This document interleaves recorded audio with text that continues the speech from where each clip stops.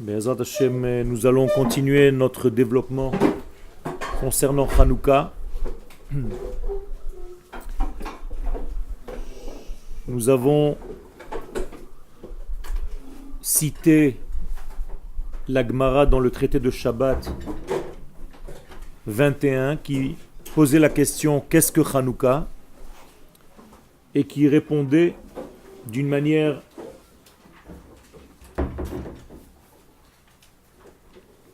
qui nous a fait reposer une autre question en disant que le 25 qui se lève, il y a 8 jours. Vous vous rappelez? Ce n'est pas que 8 jours commencent à partir du 25 qui se lève, mais la manière dont la Gemara a parlé, elle a dit textuellement Bekafhe Bekislev Yomei de Chanukah Tmania Inun. Le 25, c'est-à-dire en un jour, dans cette date-là du 25, il y a en fait 8 jours. Et nous avons posé la question, comment est-ce possible qu'un jour contienne 8? Nous avons répondu en réalité qu'il ne s'agit pas d'un temps, mais de quelque chose qui est hors du temps. Nous avons expliqué qu'en fait la lumière de Hanouka et le jour de Hanouka vient nous introduire à une notion beaucoup plus profonde de la vie, une notion où le temps et l'espace n'existent pas tels que nous les comprenons, et qu'il y a effectivement une possibilité de placer l'infini dans le temps fini. Et c'est pour ça que le chiffre 8, qui est l'infini, entre à l'intérieur de cette date du 25 du mois de Kislev, qui est en réalité un temps fini, car c'est une date. Donc comment est-ce que l'infini entre dans le fini? D'ailleurs, si on prend la valeur numérique de 25, 2 plus 5, c'est 7. Ça veut dire que nous sommes dans un monde de nature. 7, c'est la nature. Les 7 jours de la création. Or ici, en fait, il y a un jeu où le 8, qui est l'infini, entre dans le 7 qui est le fini. Vous me suivez? Et la Gemara continue, deuxième ligne, dès lors les misped behon, on n'a pas le droit donc de faire des choses qui sont en relation avec la mort, aux raisons funèbres. On n'a pas le droit de se mortifier, de jeûner pendant ces 8 jours. Et ça c'est déjà au niveau de la halakha. Et là, la Gemara continue et elle nous raconte quelque chose qui s'est passé historiquement, mais qui bien entendu a des conséquences beaucoup plus profondes que nous devons étudier. Lorsque les Grecs ont pénétré le Echal, au Bet Amikdash, Tim'u kol hashmanim sheba Echal, ils ont souillé toutes les huiles qui s'y trouvaient. Ukshegavra malchut Bet Hashmonai venitzchum, et lorsque la maison de Hashmonai a eu raison de ces Grecs, les a battus. Batku velo matzou el apach echad shel shemen. Ils ont vérifié et ils n'ont trouvé qu'une seule fiole d'huile. Mais je croyais que les Grecs avaient tout souillé. C'est ce qu'on vient de dire. Tim'u kol hashmanim. Alors, décide, ou bien les Grecs ont souillé toutes les huiles, ou bien, t'as qu'à dire autrement. Ils ont souillé toutes les huiles, sauf une. Mais là, c'est pas ce qui est écrit. Ils ont souillé toutes les huiles. Et après, lorsque les Hashmonaïm les ont battus, ils ont vérifié, ils ont trouvé une fiole d'huile. Qui était encore scellé avec le sceau du grand prêtre. Et qu'est-ce qui se passe avec cette fiole? Naturellement, avec une fiole, on ne pouvait allumer qu'une seule journée. Et il y eut un miracle. Et on a réussi à allumer de cette fiole qui suffisait seulement pour une journée, 8 jours. Voilà l'histoire de la Gemara. Et bien entendu, nos sages minimise dans les expressions des choses pour nous laisser en fait une grande place à l'étude. En effet, à chaque fois que les choses sont concises, ça laisse beaucoup plus de place à l'élève à développer en fait ce que le Rav a dit. Quand le Rav dit trop, quand il écrit trop, bien, on n'a pas trop de marge de manœuvre. Tout est dit. Moins on dit, plus il y a à dire. Vous comprenez comment ça marche? Il n'y a pas un danger que ce soit mal interprété? Il y a toujours un danger. Mais toute la vie, c'est un danger. Il y a aussi un danger de sortir dans la rue. Ken? Ça veut dire que nous sommes là pour essayer de comprendre ce que les sages nous ont laissé en fait entre tous ces mots, entre ces phrases très très très concises, très concentrées. Et nous voyons en fait des faiblesses dans le texte, mais ce sont des faiblesses voulues par nos sages. Par exemple, c'est pas pour dire souligner le fait que ce soit vraiment un miracle, c'est-à-dire que ça se trouve, elle est vraiment apparue comme ça. Quoi? La fiole, le fait de dire qu'il n'y en avait plus, finalement il y en a eu une. Justement, pas pour dire que c'est pas un hasard. C'est vraiment, ça veut dire qu'il faut, je suis d'accord, il faut en fait rentrer dans le texte et on va essayer de comprendre point par point pour essayer vraiment de développer ce qui s'est passé.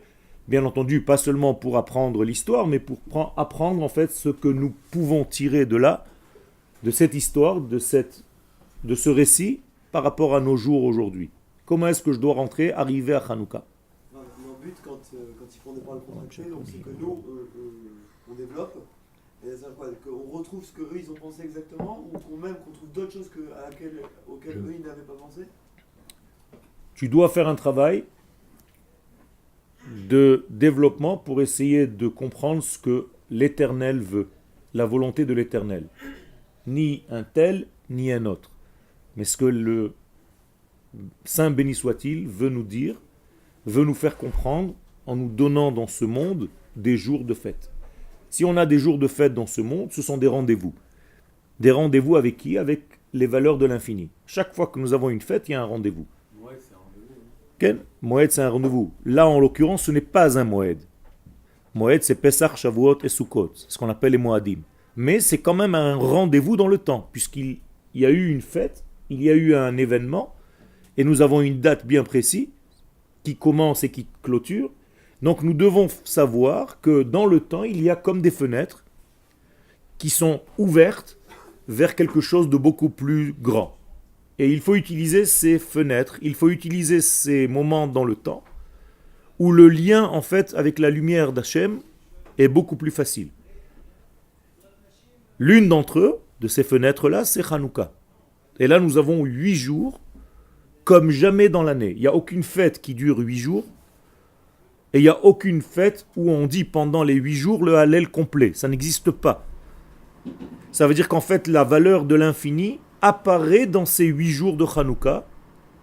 Car je répète ce que nous avons déjà dit à plusieurs reprises, le chiffre 8 est là pour nous indiquer quelque chose qui dépasse la nature. La nature, elle, étant basée sur le chiffre 7. Alors on va commencer à expliquer.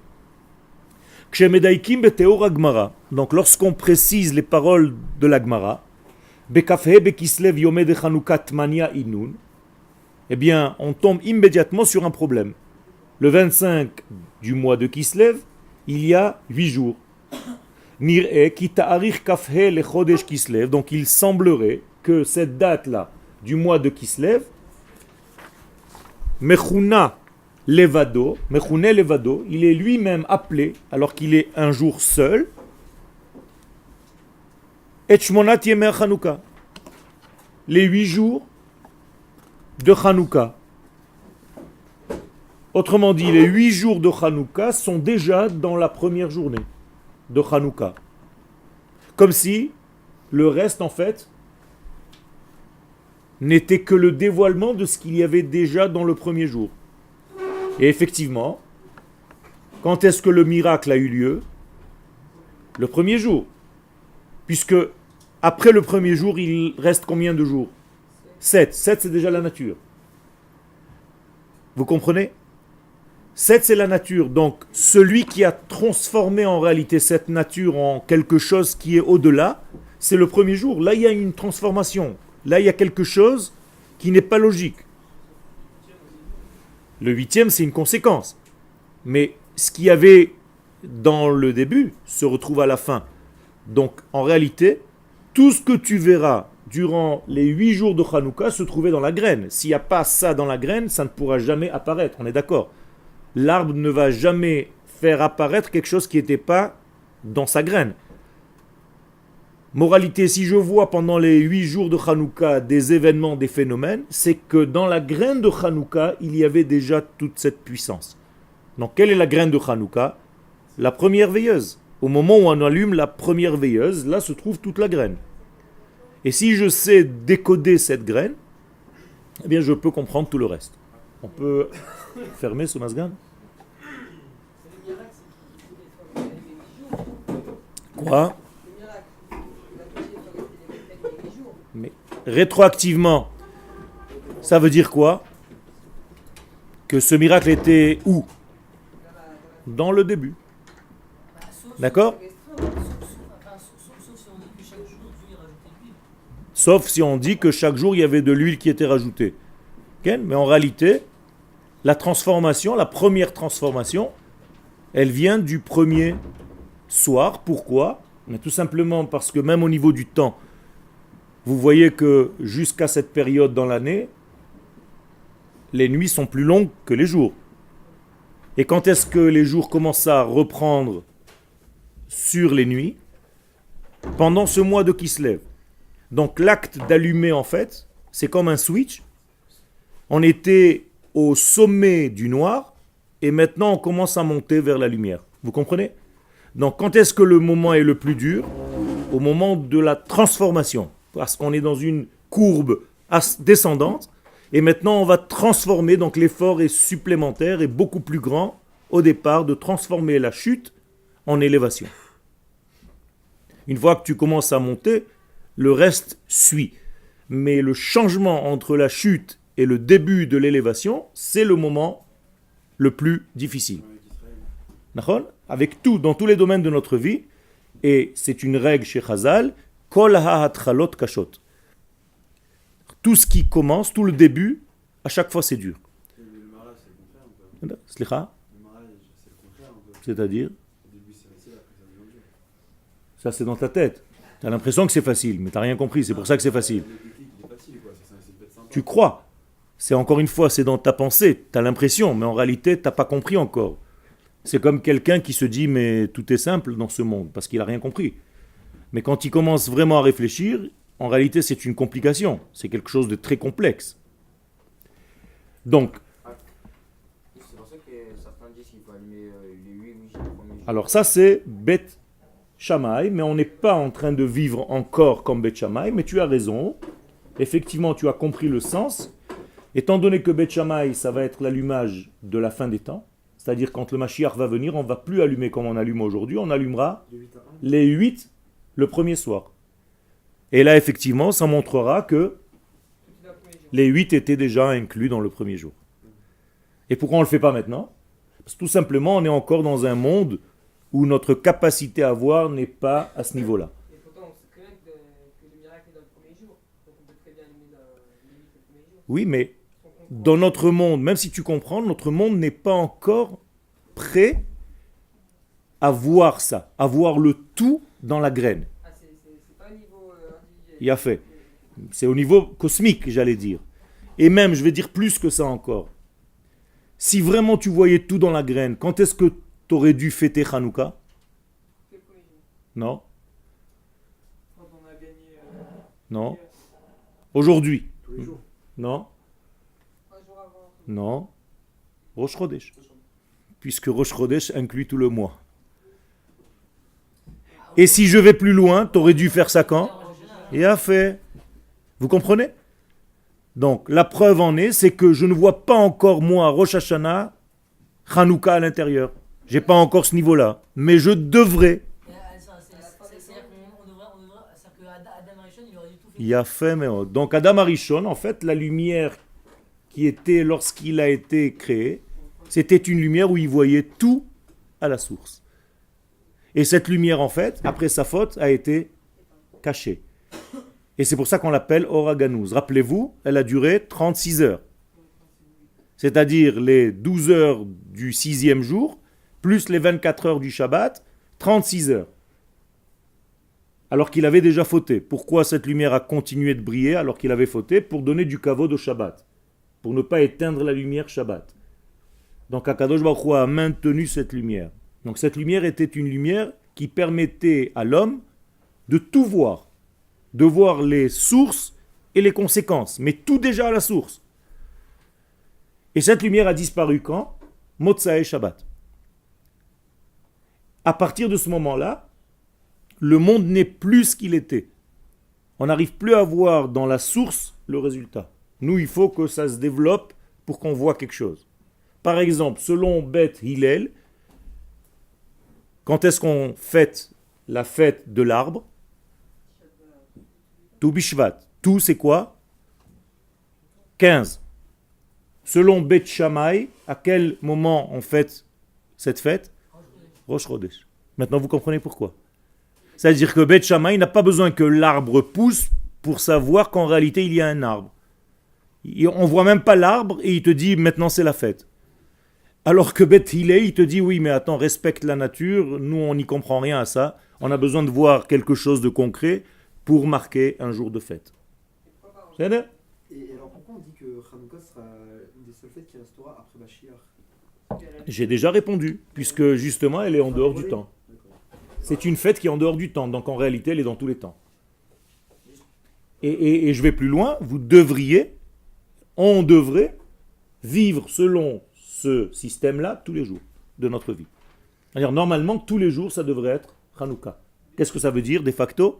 Tous les jours je devrais vivre le chiffre 8 dans ma vie de 7. Tous les jours je devrais être lié au Olam Haba dans le Olam Hazeh.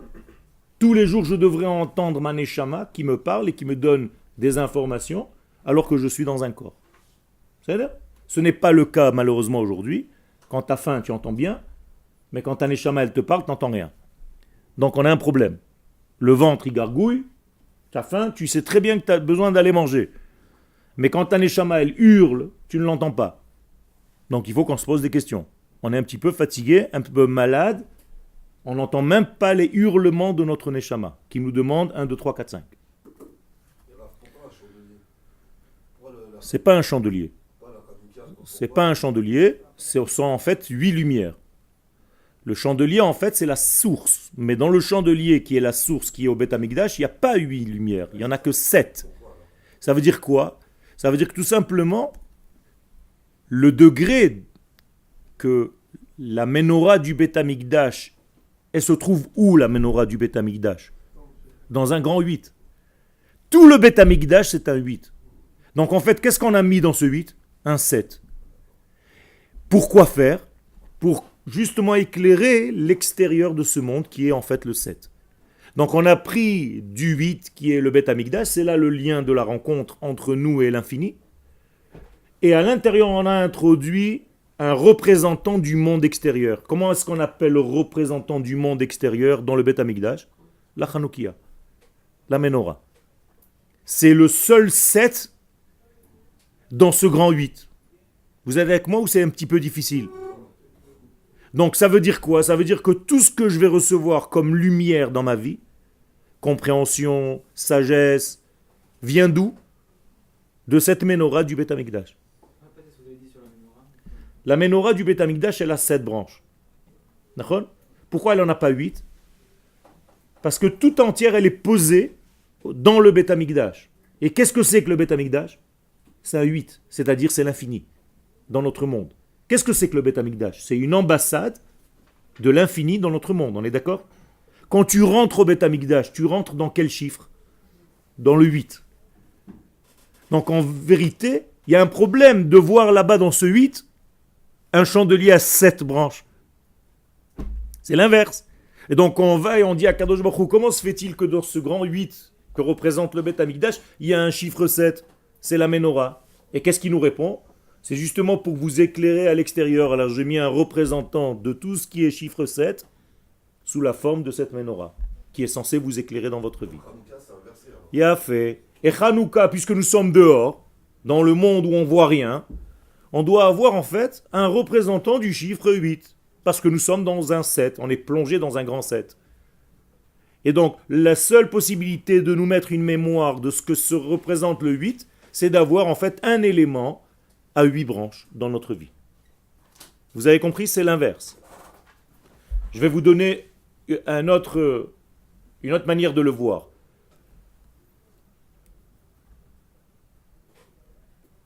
La création du monde, elle vient de la lumière, de l'infini, qui a créé un noir, qui a créé un manque. Ron, Yotzer Or ou Boré, Rocher, Ra. C'est-à-dire, Dieu, en fait, c'est la lumière infinie qui a créé le noir. Donc, moralité, quand on est dans ce monde, comment est-ce qu'on compte un jour? À partir du noir ou à partir de la lumière? Non, du noir. Vayehi Erev, Vayehi Boker Yom Echad. Donc, quand est-ce que commencent les jours? La veille, au soir. Donc, ce soir à 5 heures, c'est déjà mercredi. Vous êtes d'accord? Ça veut dire que dans notre monde, on va du noir vers la lumière. Pourquoi? Parce que nous, on est dans un monde du noir qui va en fait vers la source qui est la lumière. Mais dans le Beth Amikdash, c'est l'inverse. Lui, il a gardé toujours du jour vers la nuit. Où est-ce qu'on voit ça? Dans les corbanotes. Jamais vous verrez dans le korban de la nuit qui va vers le jour. Toujours on vous dit là-bas, mi bokerad erev, du jour vers la nuit. Parce qu'en réalité, le Beth Amikdash, c'est le seul représentant d'Hachem dans notre monde, encore une fois. Donc là-bas, tout est lumière vers le noir. Alors que tout ce qui est à l'extérieur, c'est noir vers lumière. Est-ce que c'est clair ce que je dis? Ne vous focalisez pas sur vos questions en oubliant ce que je viens de dire. Parce que des fois, vous avez tellement une question dans la tête que vous n'écoutez pas les derniers mots que je suis en train de dire et vous avez perdu l'essentiel. Juste parce que vous êtes focalisé dans une question. Alors faites attention à ça. Écoutez quand je vous réponds et je vous dis quelque chose, ça répond à beaucoup de questions que vous n'aurez même pas à poser si vous écoutez jusqu'au bout. Donc ne vous affolez pas à poser des questions qui sont généralement des questions petites qui ont déjà des réponses dans le cours. Mais je ne vous empêche pas de poser des questions. Mais selon vos questions, je peux voir si vous avez compris ou c'est juste pour poser un petit détail. Du style, quand on met des chaussures, il faut attacher la chaussure gauche avant la chaussure droite. Et toi, tu me dis, et les bottes? Tu n'as rien rajouté, quoi. Si tes bottes ont délacé, c'est la même chose. Donc faites attention aux questions que vous posez. Il faut que ce soit des questions intelligentes. C'est selon la question qu'on peut voir à quel niveau se trouve l'élève. Ken? Le but, c'est que l'extérieur devienne un 8 aussi. Exactement. Le but, c'est que l'extérieur devienne un 8, qu'on vive à l'extérieur avec les notions du 8. Qu'est-ce que ce sera dans le Beth Amikdash alors? Beth Amikdash va monter au 9. C'est quoi la différence? Quand on y sera, tu verras. Et il y a aussi un 10. C'est-à-dire que notre monde est encore pour 10 millénaires. C'est-à-dire nous devons arriver au millénaire 10, au 10e millénaire, selon Rabbi Moshe Chaim Luzzatto le Ramchal. Donc ce que nous attendons maintenant, c'est juste de rentrer dans le Shabbat du monde, mais ce n'est pas terminé l'histoire. Okay, on a encore 3000 et quelques années d'élévation de plus en plus. Non, 3000. Je parle de ce 10e millénaire, pas arriver au Shabbat. Il y aura d'abord Shabbat, et on va monter à un 8e millénaire, 9e millénaire et 10e millénaire. Le Shabbat, il correspond à laquelle bougie du chandelier? Le premier, le 8.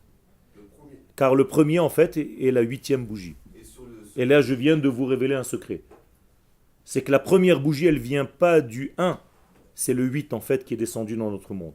C'est pour ça que je vous ai dit tout à l'heure que dans la première bougie sont englobés les 8 jours. Autrement dit, la plus importante des bougies, c'est la première parce qu'elle fait venir en fait dans notre monde le chiffre 8. Pour les 7 branches, Hein? on dit que le Shabbat il est lié aussi sur les 7 branches du chandelier.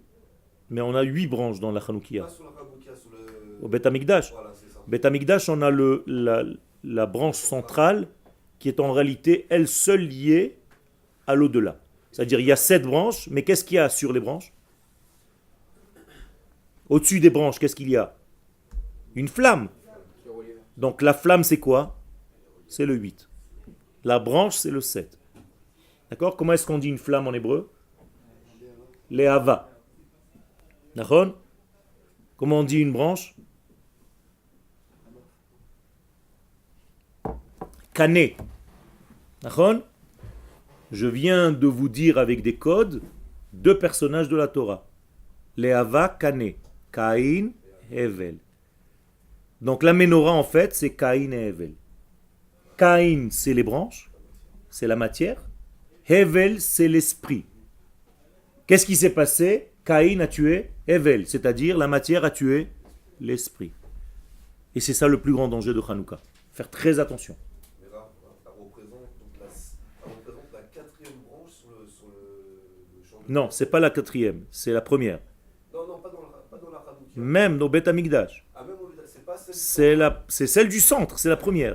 Ah, c'est la première. On ne compte pas comme on ça. compte pas comme ça, ok, c'est bien, ok. En fait, la première, celle du centre, c'est la première. C'est comme le Shabbat dans la semaine. Est-ce que Shabbat, c'est à la fin de la semaine ou au milieu? Au milieu de la semaine. Au milieu. Et c'est pas un week-end. Donc Shabbat, c'est pas à la fin de la semaine, c'est au milieu de la semaine. Avant Shabbat, il y a 3 jours. Après Shabbat, il y a encore 3 jours. Vous avez compris? Comme si c'était le premier jour, vous avez raison. Mais ça ressemble un peu au quatrième, c'est pour ça. Nachon. Le premier se répercute dans le quatrième. C'est-à-dire, dans le quatrième, tu verras ce qu'il y avait dans le premier. Et si on multiplie par 2, ça donne 8. Nachon, exactement. J'ai vraiment que vous avez dit le Shabbat, c'est pour le Shabbat, c'est le milieu de notre vie. Jusqu'à quand tu peux faire la Havdalah? mardi. Il a fait, pourquoi? Parce que le deuxième Shabbat, Parce que le Shabbat, il a encore des branches qui sortent de lui jusqu'à mardi. Donc à partir de mercredi, tu es déjà dans l'autre Shabbat. Donc en fait, Shabbat est au milieu. Alors pourquoi dimanche on appelle ça Yom Rishon? Yom Echad, on n'a jamais appelé ça Yom Rishon. On appelle ça Yom Echad. Reprends ta Bible et tu verras. Vayehi Erev, Vayehi Boker, Yom Echad. Il n'y a jamais marqué Yom Rishon. Donc tu as déjà ta réponse. C'est jour 1 et pas premier jour. Mauvaise traduction des Français. Encore une fois. Traduction égale trahison. Quel? Ça change beaucoup. Parce que jour 1 ne veut pas dire premier jour. C'est le jour où l'unité divine est en train de se dévoiler. Ça veut dire, je vais vous poser la question autrement. En combien de temps Dieu créa le monde? En 6 jours, c'est marqué où? C'est marqué où? C'est pas marqué dans Bereshit. Encore une fois, traduction mauvaise. Il n'y a pas marqué Ki be sheshet yamim asa Hashem et hashamayim ve'et haaretz. Il n'y a pas marqué ça. Il y a marqué Ki sheshet yamim asa. Ça veut dire il a créé 6 degrés. Ça lui a pas pris 6 jours pour créer le monde. Ça c'est des bêtises, ça c'est une des mauvaises traductions, c'est grave. Ken? Vayerev, Vayeboker. Oui. Vous avez dit que c'était avant la faute de la Rishon. Ken? Avant la faute de la Rishon, le monde il n'y avait pas encore de faute. Donc pourquoi c'est pas Yom et après Erev? Enfin, Parce que c'est déjà la création. C'est pas lié à la faute. La création du monde, c'est créer en fait l'inverse déjà. il y a déjà une erreur. Enfin, c'est déjà- Exactement. Tu as tout compris. C'est bien que tu aies un esprit aussi aiguisé. La création du monde, c'est déjà sortir de quoi? De l'absolu. Donc c'est déjà une faute, entre guillemets. Il y a déjà une erreur, il y a déjà quelque chose qui est décalé par rapport à lui, béni soit-il. Dieu a fait une Il y a erreur. fait que tu aies compris ça. Ma? Que Dieu a fait une erreur. Ça veut dire qu'Akadosh Baruch Hu a créé un manque.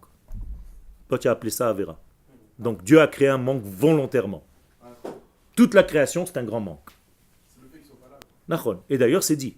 Ose Shalom ou Boré Ra. Il a créé le mal. C'est ça le mal, c'est le manque. Comment c'est possible? C'est possible parce que justement, pour nous laisser la place Non, mais dire- à compléter. non, mais s'il y a un manque, c'est-à-dire qu'il y a une limitation à Dieu. Il y a fait. Ça veut dire qu'il a créé en fait la limite. Donc c'est plus l'infini alors. Alors, l'infini a créé le fini. Et ça, c'est la chose la plus difficile à comprendre. Et tous les kabbalistes, en fait, se penchent sur cette question. Comment l'infini a créé le fini? Est-ce qu'il y a un passage direct ou est-ce qu'il y a un intermédiaire entre les deux? Je vous donne déjà des éléments de réponse, mais je ne rentre pas dans tous les détails parce que c'est très caché. Et Rav, pour Hanouka, Secret, hein? Caché, pas caché, dur. Pour Hanouka, vous avez dit justement que c'est le premier jour qui a toute la spiritualité. C'est-à-dire que c'est le contraire de Vayerev, Vayeboker. Exactement. On inverse à ce moment-là le processus. Mais c'est malgré tout Erev. Parce que quand est-ce que tu dois allumer? Le soir. Tu n'as pas le droit d'allumer pendant la journée.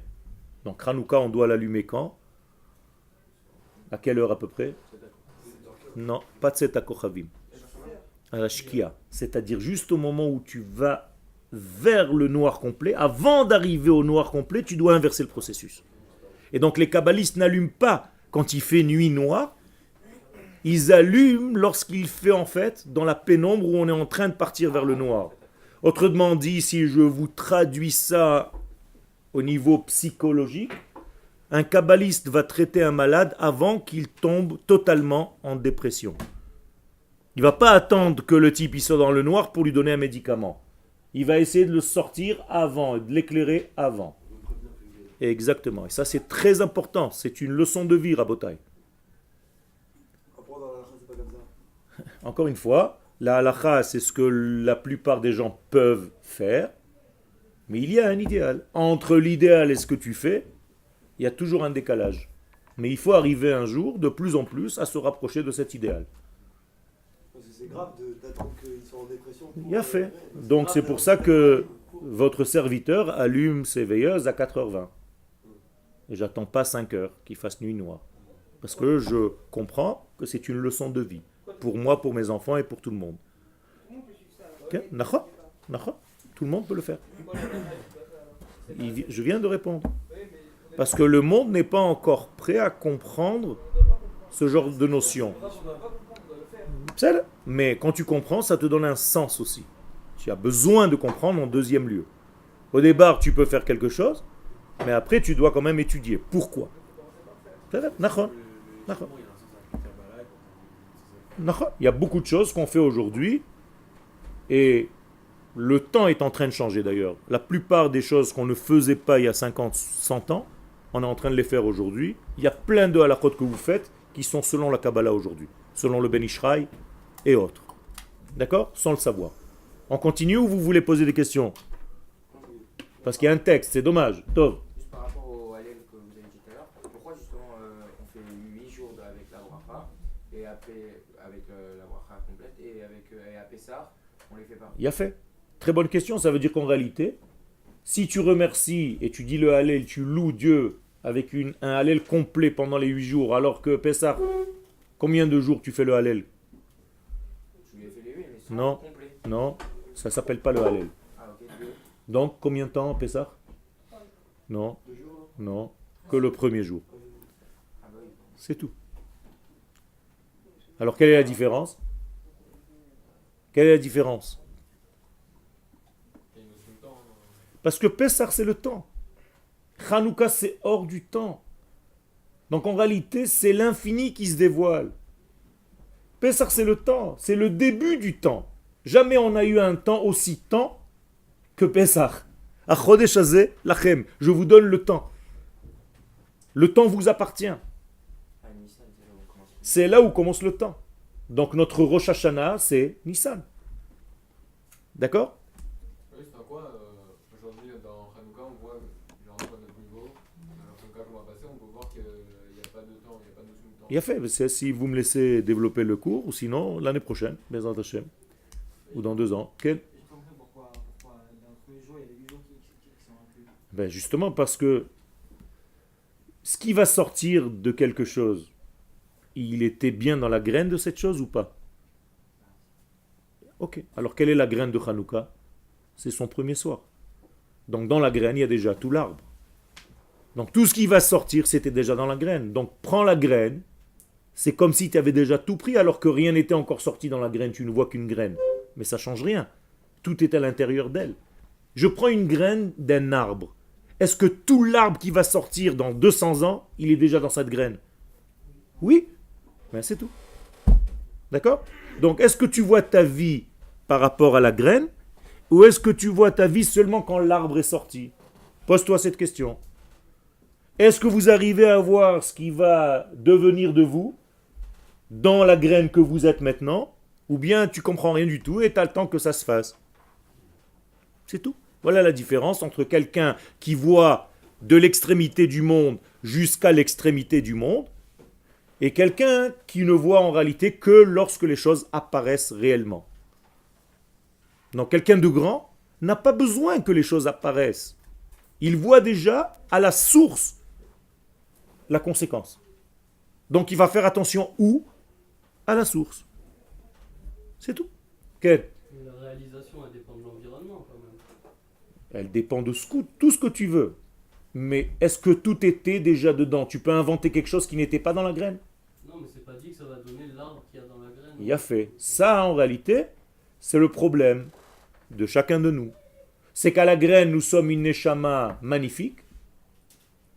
Et malheureusement, quand on nous regarde, c'est pas tout à fait l'expression de cette neshama.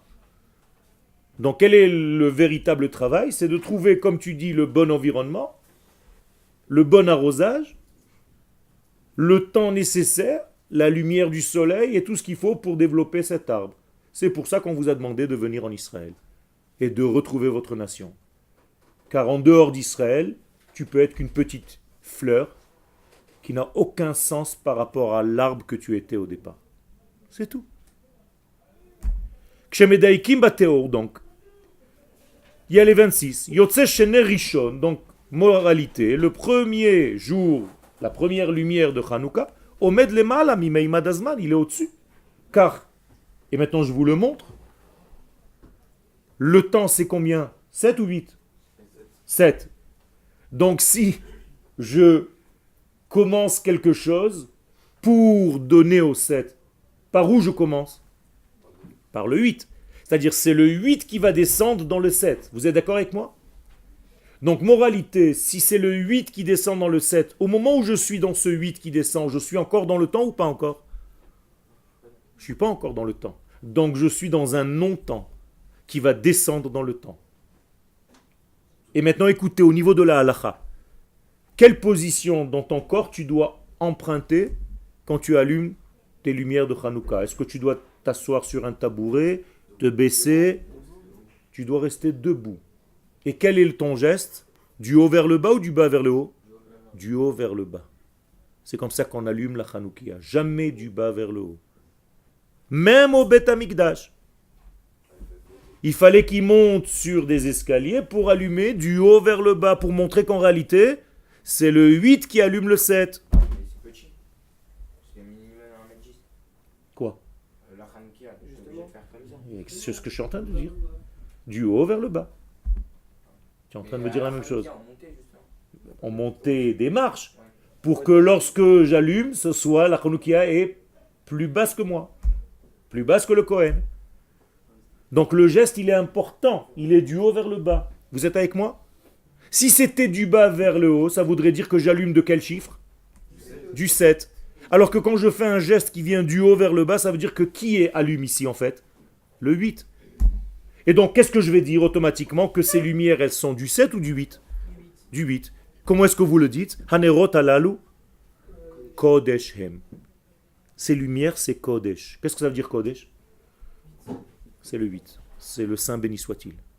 Ça veut dire que ce n'est pas de notre monde. Vous le dites. Alors qu'est-ce que je dois faire? Je dois tout simplement regarder en fait ce qui m'est tombé du 8. Et Rav, comment ça se fait qu'on compare Esav On compare la tête de Esav, elle vient de ce chiffre.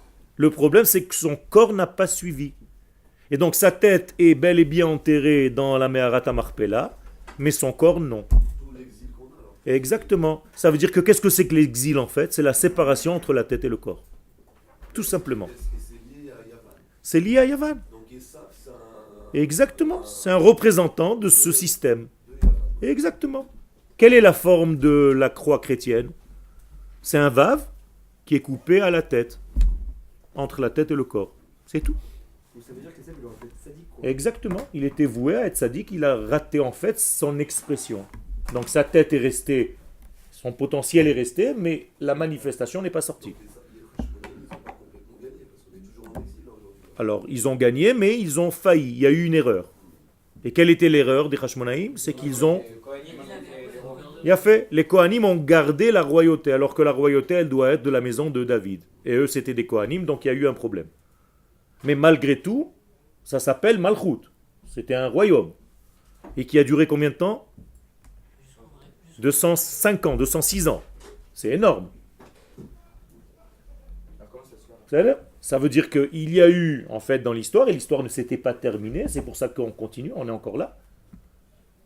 Il faut comprendre que ce qu'ils ont fait était bon, Mais qu'à un moment donné, il faut rendre en fait la malchoute à qui de droit.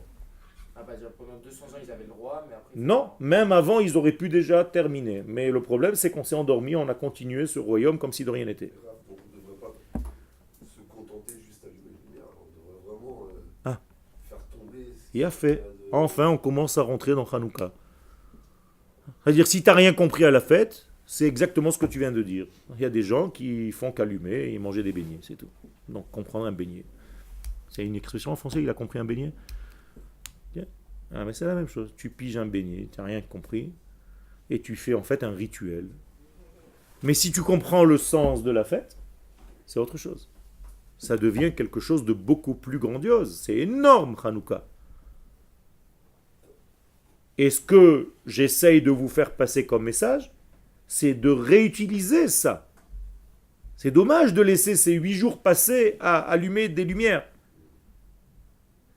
sans comprendre ce qui se cache à l'intérieur. C'est sûr que c'est important d'allumer ces lumières, même si tu ne comprends pas. Mais toi, tu as la chance d'étudier. Alors rajoute quelque chose de plus à cet allumage. Ok. C'est-à-dire que dans l'idée, il ne doit pas y avoir d'euphorie dans la Torah, Il ne doit pas y avoir d'euphorie un peu. C'est-à-dire de quoi? d'euphorie. Ah, de l'euphorie. Ouais, c'est-à-dire, vous avez dit qu'en vrai, genre l'ambiance qu'il y a autour de Hanouka, finalement, c'est-à-dire on doit aller dans ce plus profond. J'ai pas dit qu'il ne faut pas y avoir d'euphorie. Si cette euphorie est liée au Kodesh, alors elle est bénéfique. Mais si c'est juste Chas v'shalom, une imitation de, tu m'as compris, et que tu mets un arbre à côté, une chanoukiah de l'autre, et tu te dis ouais chouette, on fête en toutes les fêtes comme ça au moins on est bien. T'as pas compris le sujet. Donc l'euphorie elle n'est pas bannie par la Torah. Mais si elle est liée au Kodesh, c'est une bonne simcha. Sinon ça devient en fait euphorie. Et sont les Hashmonaïm, Hein? et sont les Hashmonaïm d'aujourd'hui parce que Bien fait. Voilà, vous commencez à poser les vraies questions. Alors, qu'est-ce que vous entendez dans le mot Hashmonaïm? Shmoné. C'est-à-dire, où sont les 8 aujourd'hui? D'accord? Et où sont nos ennemis aujourd'hui? C'est-à-dire, où est la Grèce aujourd'hui? Où est-ce que je peux décoder le côté grec dangereux, qui est danger pour moi? Et où se trouve mon chiffre 8? Où sont les hommes de l'ordre du 8? Où sont les êtres de lumière aujourd'hui? Qui sont les Hashmonaïm du temps moderne? Voilà les vraies questions qu'il faut se poser. Sinon, tu n'as rien compris. Sinon, tu fêtes. Mets des pins et c'est tout pendant 8 jours. Ou des petits machins comme ça qui... Hein? Ça n'existe pas encore les pins. Quand vous êtes nés, à mon avis, on n'avait plus déjà. Il y a encore des pins. Avant, c'était la mode. On aurait dit qu'est-ce que c'était. Tov. Maintenant, c'est les beans. Ken. Mais vadaï. Tu n'as pas le droit de regarder le Kodesh. Tu as le devoir. Ah, mais ça, c'est en réalité le panim et le achor. Qu'est-ce que ça veut dire panim et achor? Panim, c'est la face et achor, c'est l'après. Non. Il faut savoir décoder tout ça. Tu as raison. Mais le Kodesh, tu as l'obligation de le voir. Et c'est pour ça que cette lumière, en fait, comment elle s'appelle d'une manière globale? Comment on appelle la lumière? Oraita. Et vous traduisez Torah. D'accord? Mais en réalité, vous avez oublié que le mot Torah, c'est Ora, c'est la lumière. Toute la Torah, c'est une grande lumière. Et donc, elle vient d'où? De quel chiffre? 8. Donc, Moshe Kibel Torah, mi Sinaï. Et Sinaï, c'est quoi en fait? 8. C'est le chiffre 8. Vous avez compris? Parce que c'est l'au-delà. C'est pas une Torah qui a été écrite par un homme. Est-ce que la Torah a été écrite par un homme, inventée par les hommes? Si la Torah a été inventée par les hommes, elle aurait été liée à quel chiffre? 7. La Torah, c'est pas le chiffre 7. La Torah, elle vient de l'infini, béni soit-il. Mina shamaim dibarti machem. Mais qu'est-ce que c'est shamaim? Le 8. Ben, le Sinaï, dans la Kabbalah, on dit Moshe Kibel Torah mi. Pourquoi mi Sinaï? C'est pas Makadosh Baruch Hu? On a reçu la Torah de qui? Du Sinaï ou d'Akadosh Baruch Hu? Alors pourquoi tu dis mi Sinaï dans Pirkei Avot? Et qu'est-ce que ça veut dire Moshe Kibel Torah mi Sinaï? Il a reçu la Torah d'un degré qui s'appelle Sinaï. Or, Sinaï, c'est combien en valeur numérique? Samech Yud, Nun Yud. 100, 120. Non. Samech, 60. Yud, 10. 70. Nun, 50. 120. Et encore un Yud, 130. Donc, qu'est-ce que c'est 130? C'est la valeur numérique de quoi? Soulam, la fameuse échelle de Yaakov, qui en fait était, elle dépassait l'entendement humain et elle était aussi dans l'entendement humain. Elle faisait le lien entre ces deux degrés. Donc Sinaï et Soulam, c'est la même valeur numérique et c'est la même valeur numérique que le mot Kol. Vous vous rappelez qu'on a étudié ensemble que Kol était plus élevé que Dibour, que la voix était profonde et que le Dibour était extérieur? Eh bien, le mot Kol, la racine, c'est Kouf Lamed, 130 aussi. C'est pour ça que quand vous entendez le shofar, l'ishmoa, Kol shofar, vous entendez en fait la voix de quel numéro? Chiffre? Quel chiffre? 8 ou 7? 8, donc le shofar vient du 8, lui aussi. On n'a pas défini les Hashmonaïm, mais... On n'a pas défini. On n'a pas défini encore. Ça arrive rapidement. Ça arrive Hanouka. C'est important parce que... Nachon. Mais tu as tous les copains qui posent sans arrêt des questions, ils s'en fichent du texte. Donc moi aussi je m'en fiche, moi je connais mon cours. C'est important aujourd'hui de savoir. Ah, il a fait, il a fait. Nachon. Donc, umikoch elionuto mitnotzetz bo'arov edashmini letikuno shel olam. Donc, moralité, seulement ceux qui sont au-delà du temps sont liés au chiffre 8 et ils sont aussi capables d'être dans le temps. Donc, il faut que je trouve aujourd'hui des hommes qui sont et là et là-bas. Ils sont 8, 7. 8 dans le 7. Et comment nous on peut être 8 Comment est-ce que tu peux être dans le 8 alors que tu es dans le 7? Te relier à qui? Qui est en toi le 8? Ta Neshama. Donc Shneshama, c'est le chiffre 8. Donc Neshama, c'est les mêmes lettres que Shmoné. Ça veut dire que si tu es lié à ta Neshama, tu es déjà lié à ton 8. Donc j'ai besoin pour retrouver aujourd'hui les hommes du 8, des hommes qui vivent au niveau de leur Neshama. Donc quand ils lisent la Torah, ils ne lisent pas seulement le premier sens du texte, qui lui est dans le chiffre 7. Ce sont des hommes qui sont capables de décoder le 8 qui est caché dans le 7. Donc ça doit être obligatoirement, d'abord et avant tout, des prophètes. Presque. La prophétie a disparu. Ce sont ceux qui se préparent à nouveau à la prophétie. Comment est-ce qu'on les appelle aujourd'hui? Des kabbalistes. D'accord? Donc les Hashmonaïm étaient tous des kabbalistes. C'était tous des hommes de Kabbalah. C'était tous des hommes du secret de la Torah. C'est pour ça qu'ils ne sont pas sortis en guerre au même niveau que leurs ennemis. Vous trouvez ça normal de combattre une petite famille de rien du tout contre un empire et de les battre? C'est style un homme seul, main nue, se bat contre 30 000 personnes. C'est un midrash. C'est pas un midrash, c'est une réalité. Dans la vraie histoire. Dans la vraie histoire, le peuple d'Israël n'est pas sorti en guerre, il a laissé juste la famille de Hashmonaïm le faire. Il n'y avait pas les éléphants. Ça, c'est les Grecs. Pas nous. Nous, on n'avait pas d'éléphants, on n'avait rien. On n'avait pas d'armée, on n'avait rien du tout. On avait des petites épées de rien du tout. Ils étaient que 10, les 10 frères. Il a fait. Maintenant, tu commences à comprendre qu'en réalité, ils sont sortis en guerre d'un autre niveau. C'est-à-dire, ils ont annulé leurs ennemis bien avant la guerre physique. C'est-à-dire, ils ont utilisé le chiffre 8 pour annuler leurs ennemis. Donc, ils ont en fait utilisé une carte de l'esprit et de la qualité plutôt que la quantité et la matière. La guerre a été matérielle. Ça veut dire que quand il a planté son épée dans l'ennemi, il n'a pas tué seulement un comme ça, et comme dans les films, de tous les côtés. Okay? C'est-à-dire qu'il y avait un esprit, et en même temps, au bout de l'épée, il y avait Akadosh Baruch Hu. C'est un autre niveau, Rabotai. Il a fait. Alors aujourd'hui, Baruch Hashem, certains de nos unités de l'armée utilisent cette force. Que vous le sachiez, je ne veux pas rentrer dans les détails parce que c'est sur Internet. C'est bien? Ken? Comment ça se fait que la Torah elle a cette tendance à rendre la Il a fait. La Torah n'a pas tendance à rendre la guerre belle. Ce n'est pas un idéal, la guerre. C'est une nécessité lorsqu'il faut dévoiler le royaume de Dieu.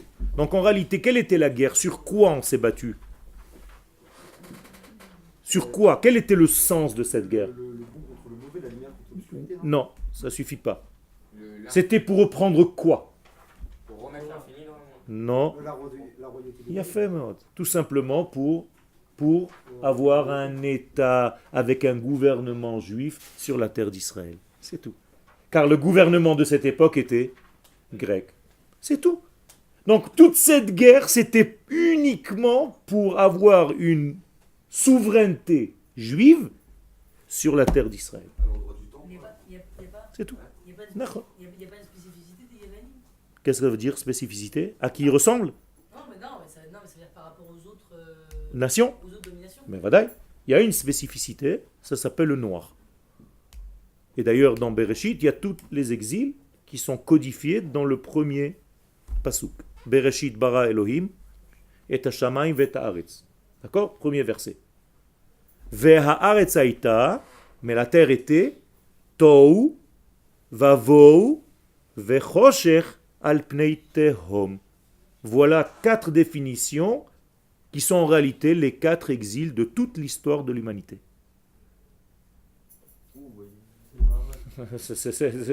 C'est la base de toute la Torah. Tohu, c'est qui? Babylone. Non, c'est. Je sais pas. Non, l'Égypte n'est pas comptée parce qu'elle est la source de tout. Donc, Babel. Mais vous voyez dans tout Babel. Eh ben, il faut étudier. Étudiant pour demain, ouais. Ben, vadaï. D'ailleurs, rentre dans le Maharal concernant Hanouka et tu comprendras. Vavou, qui c'est? Les Perses. Non, la Perse. Choshech, Les Grecs. la Grèce. Et Tehom, Edom et Ishmaël qu'on est en train de vivre aujourd'hui. Ah, Ishmaël aussi. À la fin, c'est les pieds d'Ishmaël. Ken. Ça veut dire qu'ils sont mariés ensemble. Comme dans la Torah d'ailleurs. Ishmaël est marié avec Edom. Oui ou non? Ils ont pris des filles pour se marier entre eux. Ça veut dire quoi? Ça veut dire que je reviens à notre petite fonction, à 4 données. Choshech le noir, c'est qui? Yavan. Et les Chachamim nous disent Vechoshech zo Yavan, she'echshicha enehem shel Israël begzeroter. Car elle a noirci les yeux d'Israël par ses décrets. En premier lieu, c'était quoi? Quel décret? D'avoir un autre gouvernement que un gouvernement juif sur notre terre. Voici les yeux d'Israël. Ok. Noirci les yeux d'Israël, c'est-à-dire, au lieu de voir clair, tu ne vois plus clair. On t'a éteint, en fait, la véritable vision. C'est ça? Donc, qu'est-ce qu'il faut faire pour contrarier le noir? La lumière. Donc, en fait, la lumière de Hanouka, c'est l'antithèse du noir qu'on a voulu nous amener. C'est aussi simple que ça. Tout est clair, Rabotai. La Torah, elle doit être claire. Alors justement, c'est pas seulement une domination, c'est une domination qui est spécifique alors. Qu'est-ce que ça veut dire spécifique? Spécifique au Yévanim, à ce rocher-là. C'est là. Mais pour l'instant, je regarde les faits réels de l'histoire. C'est le seul exil de tous les exils que je viens de citer, c'est-à-dire les 4, où la domination était où? En Israël. Sur notre terre. C'est tout. Les Perses et les Babyloniens. Non, pas du tout. C'est Madaï, Suse, Shushan. Oui, mais ça c'était le centre du pouvoir. C'est là-bas que s'est passée l'histoire. Pourquoi tu dis pas le Hallel à Purim? Parce que ça s'est pas passé où? En Israël. C'est la base de tout. Ça veut dire qu'en réalité, le fondement, le switch de toute cette fête et le combat en réalité, c'est de savoir où est le grec et où est Israël. Et à qui tu donnes la domination sur ta terre. Donc, Rav, si j'ai bien compris, tous les Hanouka qui passent, il y a 36 justes cachés qui sont en train de combattre, mais nous on les voit pas. Exactement. Au final. Et ils n'ont pas besoin d'attendre Hanouka. Toi, tu prends conscience de ça à Hanouka, mais eux, ils se battent toute l'année. Toute l'année, quoi. On C'est les tout. voit pas. Exactement. Est-ce qu'on peut- Et à Hanouka, tu peux les découvrir. Voilà, c'est ça. Ok. C'est le moment où la fenêtre est ouverte et tu te dis, ah, maintenant j'ai compris. Heureusement qu'ils sont là, ces 36, parce qu'ils sont sans arrêt en train de faire un travail, que toi, tu es tranquille, tu vas dormir, tu te réveilles, tu vas manger, tu sais même pas ce qui se passe. Et qu'est-ce qu'ils font nos amis? Ils essayent de faire quoi alors? Les ennemis essayent toujours de noircir ce yin-là et de prendre la domination. Pourquoi? Ben voilà. Aujourd'hui, quelle est la guerre? C'est de dominer et d'enlever la souveraineté au peuple d'Israël sur sa terre. C'est ça la véritable guerre. Moralité, qui fête Hanouka? La plupart des Israéliens. Même ceux qui ne sont pas religieux. Pourquoi? Parce qu'ils ont compris intuitivement, pas pour recevoir des cadeaux, c'est pas Noël. Ils ont compris intuitivement, tous ces Israéliens, tous, 99% ou 100%, qu'il s'agit ici d'une guerre de souveraineté et pas seulement d'un miracle d'une fiole. La fiole, c'est juste un clin d'œil de Dieu pour nous dire j'étais là. Alors qu'est-ce que tu fais quand tu sais que Dieu était là alors que c'est toi qui as fait la guerre? Mais tu lis le Hallel ce jour-là. Comment on fait? Yom HaAtzmaut. C'est tout. On s'est battu, c'est nous qui avons gagné les guerres, mais on sait qu'Akadosh Baruch Hu était là. Donc pour le remercier, qu'est-ce qu'on fait? On dit le Hallel. Et ceux qui ne disent pas le Hallel Yom HaAtzmaut, c'est comme s'ils disaient que l'État d'Israël nous est revenu que par notre force à nous et que Dieu n'y était pas. Chas v'shalom. Est-ce qu'il y en a qui ont, Avec. qui ont rejoint les Hashmonaïm du peuple d'Israël? Pas grand-chose, c'est ce que je suis en train de dire. C'était la famille. Ils n'ont rien compris. Les gens sont... C'est comme l'histoire de Pourim. Mordechai était tout seul. C'est après les athlètes qui sont venus quelques-uns. C'est-à-dire que la même manière que les Hashmonaïm ne devaient pas garder la Malchoute, c'est-à-dire que les Justes qui sont en train de se battre aujourd'hui ne devaient pas garder la Malchoute. Exactement, ça veut dire qu'il y a un moment donné où il faut redonner, redistribuer les rôles. Et que le Kohen, lui, est censé être un prêtre qui s'occupe des valeurs de l'infini et un roi. Le roi Mashiach est un roi, c'est pas un rabbin. Il peut être un gadol en Torah, mais c'est un roi. D'accord? Donc arrêtez de voir le Mashiach comme un rabbin. Le Mashiach, c'est un roi d'Israël. Le problème, c'est qu'on est complètement... Oui, mais c'est un gadol en Torah, il est d'accord. Pas forcément au départ. La preuve, Bar Kochva, que Rabbi Akiva, qui était le plus grand en Torah, l'a choisi comme étant potentiellement Mashiach. Pourquoi il ne s'est pas choisi lui-même? Et alors? Et alors? Pourquoi Mashiach? Alors ça veut dire que Rabbi Akiva s'est trompé. Tu es en train de dire que Rabbi Akiva s'est trompé. Je t'explique. Alors qu'est-ce que ça veut dire? Ça veut dire que quoi? Qui s'est trompé, Rabbi Akiva? Mais alors dans ce cas-là, en Europe de l'Est, quand on a cru, je me rappelle plus comment ça s'appelait, tout le monde s'est trompé. Nachon? Voilà, Nachon, mais c'est pas le plus grand en Torah qui a dit ça, ou toute la Torah orale que tu étudies jusqu'à aujourd'hui. C'est qui? Rabbi Akiva. Ça veut dire quoi? Ça veut dire que si Rabbi Akiva pensait que le Mashiach était un rabbin, qui l'aurait choisi? Lui-même. Il a fait. Alors les athlètes, il faut comprendre, ça c'est encore une autre étude. Quelle est la spécificité de l'homme qui s'appelle Mashiach? En tout cas, il s'appelle Melech et il va faire des guerres. Et il faut étudier tout ça. Il va faire des guerres concrètes ou des Concrètes, guerres spirituelles, concrètes et spirituelles, comme on vient de voir. Les deux. Les deux. Mais c'était pas le grand Talmid Chacham de l'époque. C'est quelqu'un qui va avoir les valeurs de la Torah, bien entendu. Bevadaï, bevadaï, bevadaï. Moshe Rabbeinu, il était. D'accord, c'était un roi.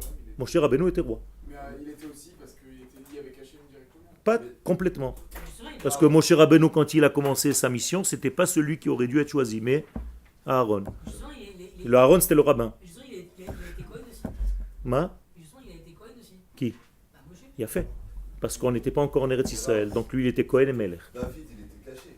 D'accord. Mais il s'est dévoilé. Il est devenu roi. Dévoilé, mais c'était pas tout de suite, comme vous dites, c'était pas. C'est difficile à décoder. Moshe, quand tu le voyais au départ, avant d'être choisi, comment tu l'appelais? Égyptien. Est-ce qu'il a fait une école toranique? Est-ce qu'il a fait une yeshiva? Rien du tout. Les Chachamim nous disent qu'il a grandi où? Dans la maison de Paro, il a appris la politique. Il a fait l'ENA chez Paro. C'est tout ce qu'il a fait. Et donc, qui on aurait dû choisir comme Mashiach à cette époque? Aaron, qui était lui le rabbin. La même chose pour David et la même chose pour tout. Je veux juste vous faire comprendre de sortir de vos tiroirs et de réfléchir honnêtement à la Torah et de savoir prendre les choses avec mesure. Hanouka Samer.